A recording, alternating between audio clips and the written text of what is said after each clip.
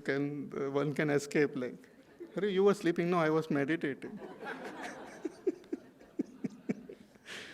So you can just, and these three gunas are so beautiful actually. When we study them, it's very interesting. They are opposed to each other, but when they are in samya avastha, when they are in total equilibrium, then the whole world goes into state of dissolution. But when they are unequal, you can see the expression as of this world.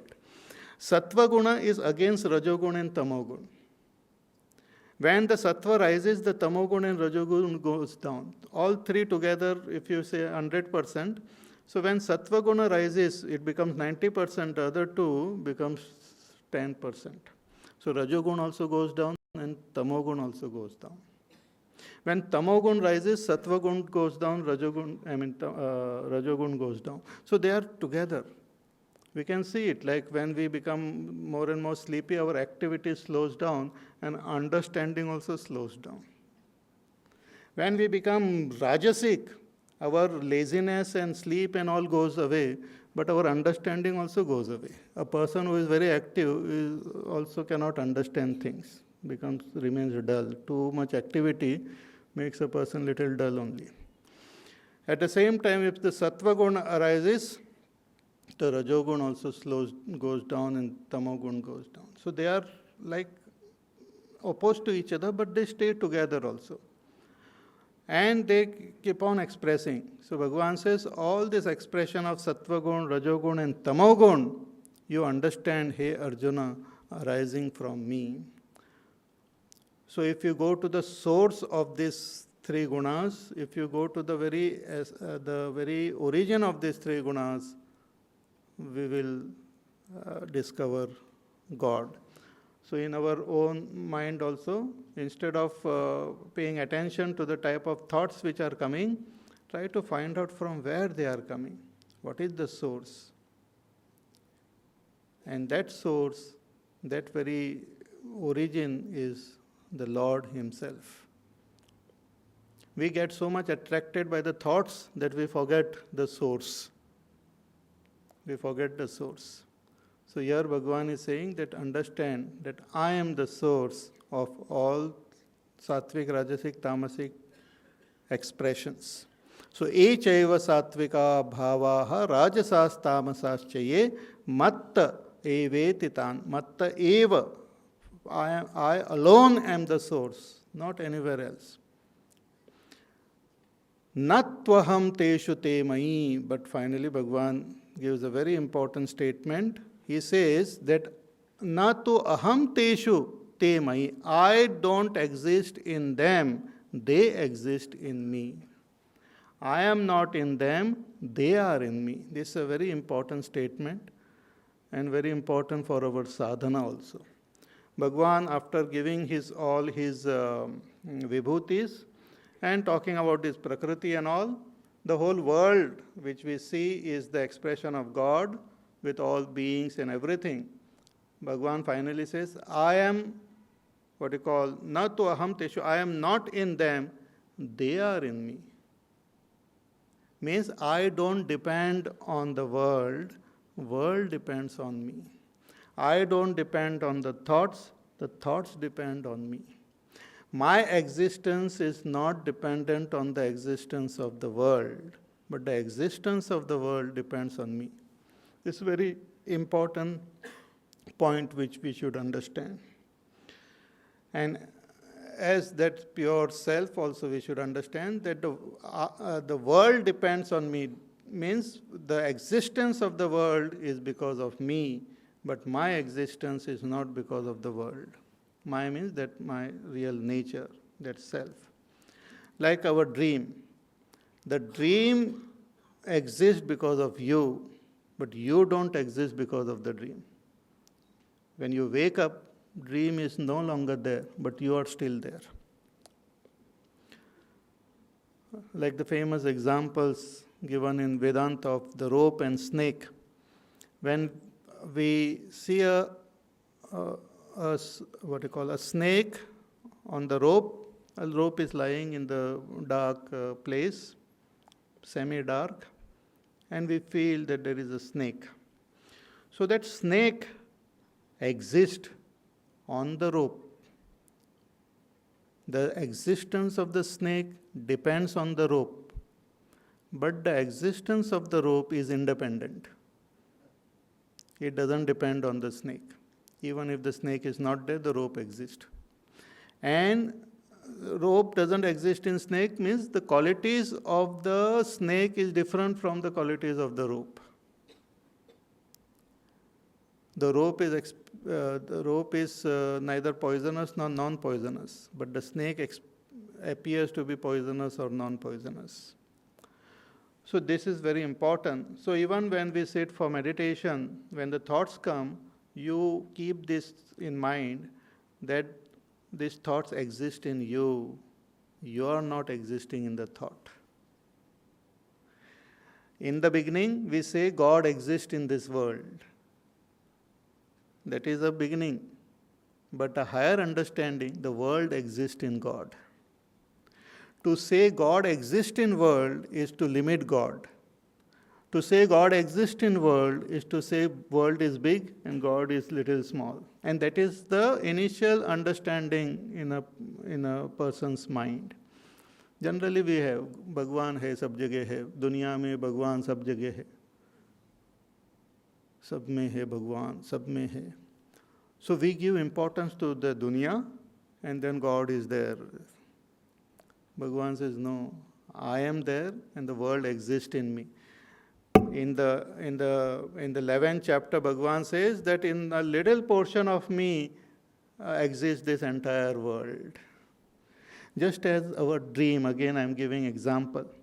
The dream arises from your mind. But which portion of your mind? Only a little portion of your mind. Your mind has got the capacity to create infinite dreams. But when one particular dream is there, one little portion of your mind creates it. So the entire world which you have created in your dream exists in a tiny little portion of your mind. Similarly, Bhagwan says this whole world exists in a little bit amsha of me. So the world exists in me, I don't exist in the world. Na aham teshu te mai. So this is for our meditation, for our sadhana. We should keep this in mind. Don't look for God in the world. Understand that you and the world, everything exists in God. We are sitting in His lap. It's a paradigm shift. It's a changing our attitude. I hope you are understanding what I am saying. Just as this in the hall, we are sitting in the hall. So hall is big and our body is small. So when we say God exists in the world will become big and God will be small. But no, it's the other way around. God is big and the world exists in Him. So matta eveti tan viddhi natvaham teshu te mai. So thus Bhagwan in detail talked about his vibhutis and told Arjuna that you experience me. I am there everywhere. Experience me. Experience this divinity. First you look for me everywhere and then you understand that everything is in me. You yourself are in me. In fact, you and I are not different. It's like the wave searching for the ocean everywhere, looking at it everywhere. Where is the ocean? Where is the ocean? But finally the wave come to know that I plus other waves are existing in ocean only.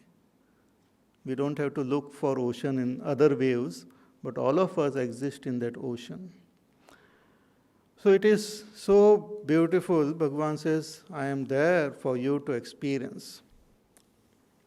Now one question comes in our mind that if God is so simple and so very present and can be experienced all the time, what prevents a person from experiencing God? What is that which, because of which we can't experience the presence of God everywhere and in me also? What is the problem? What is the obstacle? So in the next verse, Bhagavan now comes up with the obstacle. What is the obstacle? He says, Tribher gunamayer bhavaihi ye bhis sarvamidam jagat mohitam nabhijanati Mamebhya paramavyayam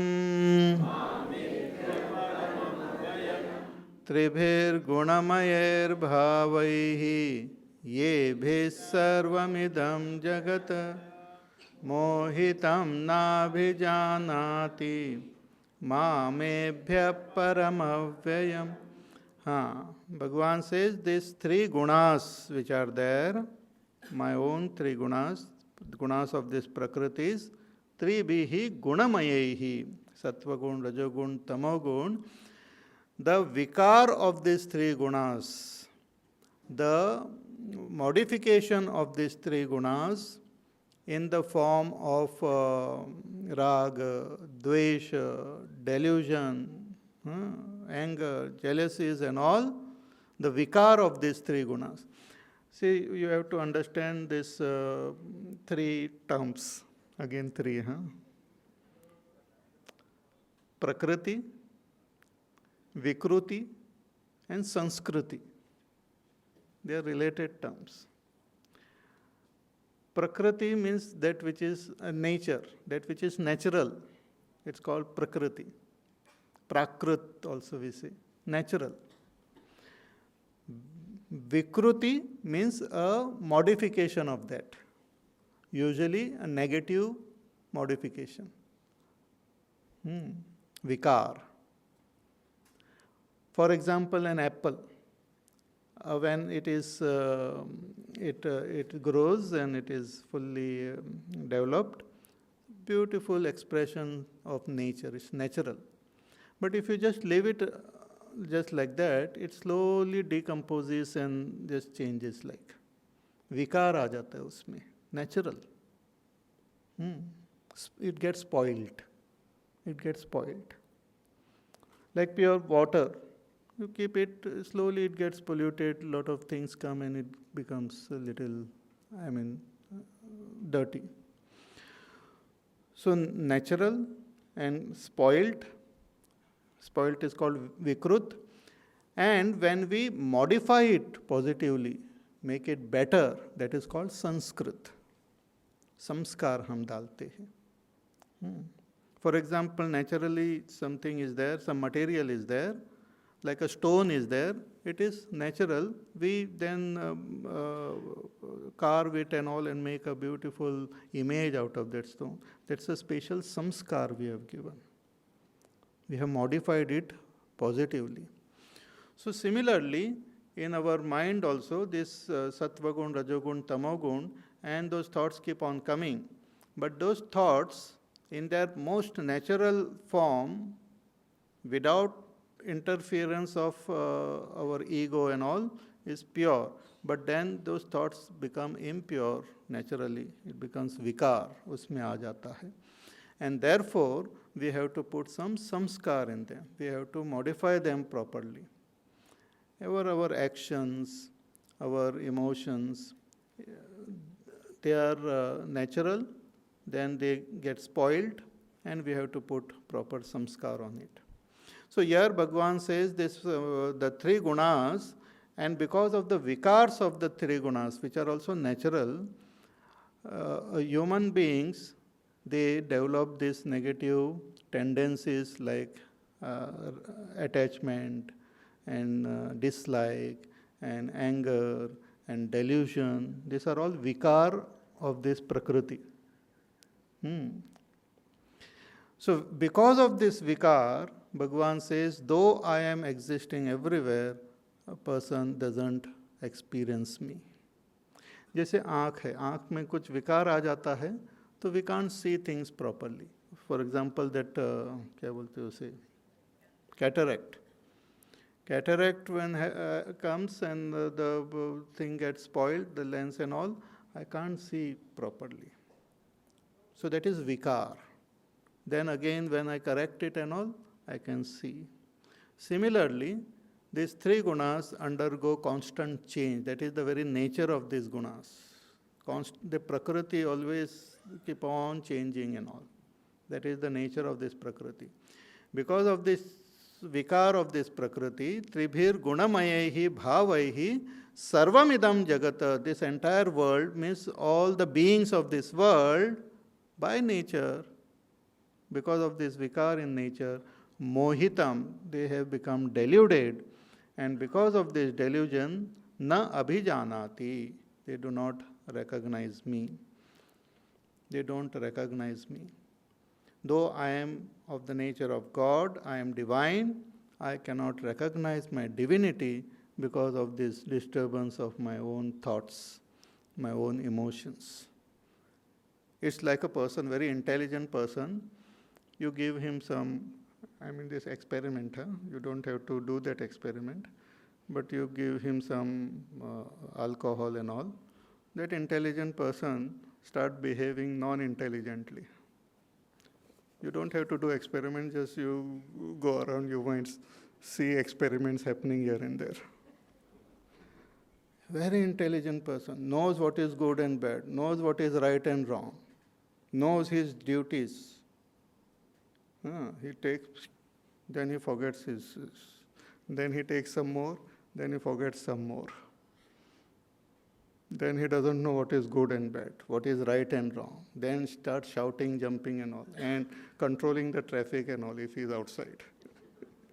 I don't know, great attraction they have of taking care of the traffic. And they become very friendly with dogs and cats on the street and all. Anyway, so how that intelligent person, brilliant, scholarly, very good person, how is he behaving like a donkey?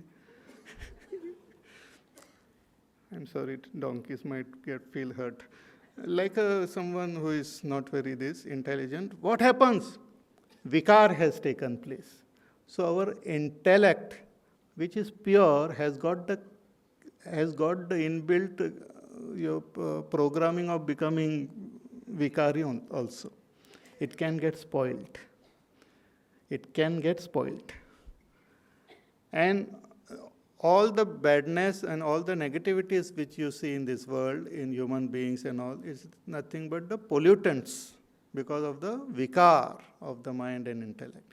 Essentially, all of us are good. Potentially, we are God. We are God. But that vikar comes, and because of this vikar, we fail to recognize our own divinity.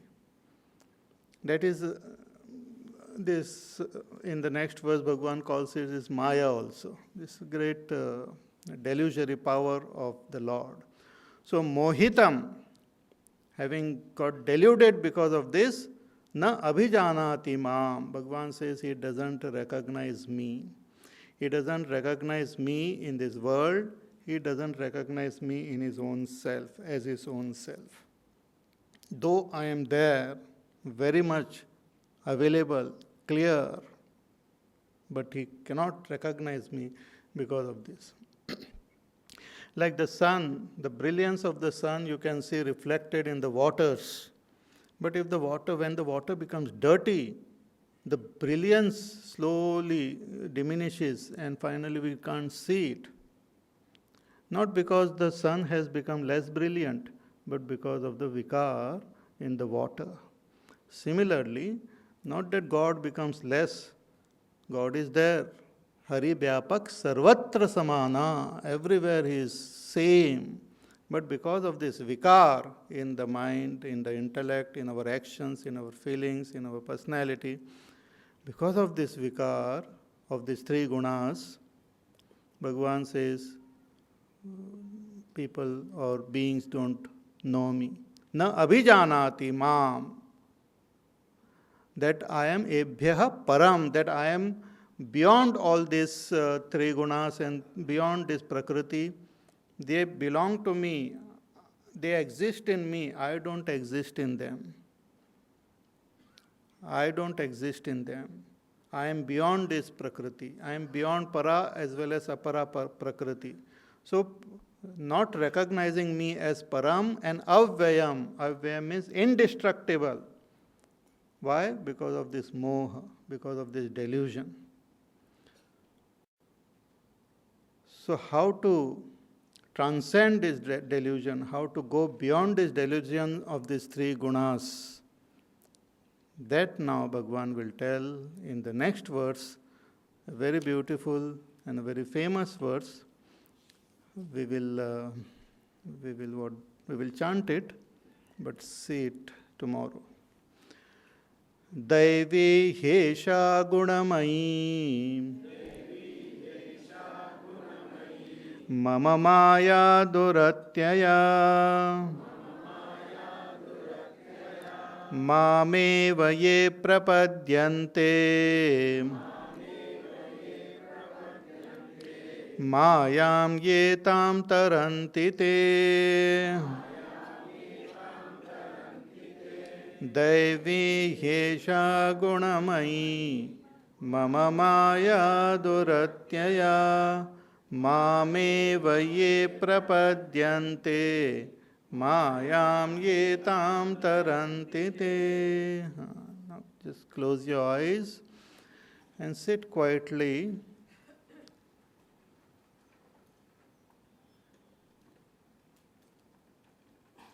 And try to experience all that you have heard today.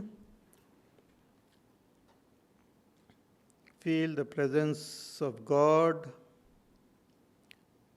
in and around you.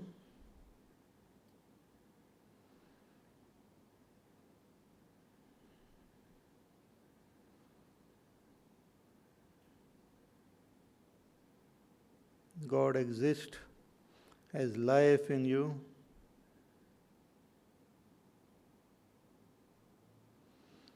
God exists as the intelligence in you.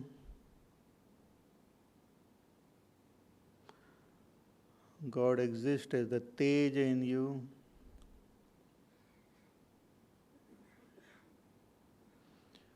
God exists as your very self.